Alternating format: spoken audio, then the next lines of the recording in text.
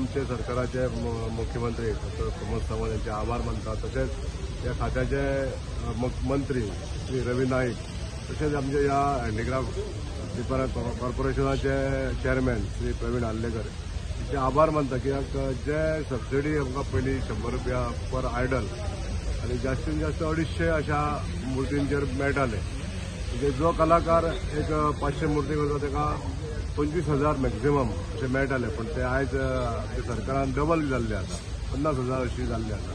हेका लागून हांव सरकाराचे आभार मानता। आणि ही जी दर वाड जी सबसिडी वाडलेली आहे जवळजवळ 15 वर्सांनी वाडलेली आहे। खरंच सरकाराचे आभारी आहे। आणि मातयेची भरशी मातयेत प्रॉब्लेम जातालो दर वर्सालो।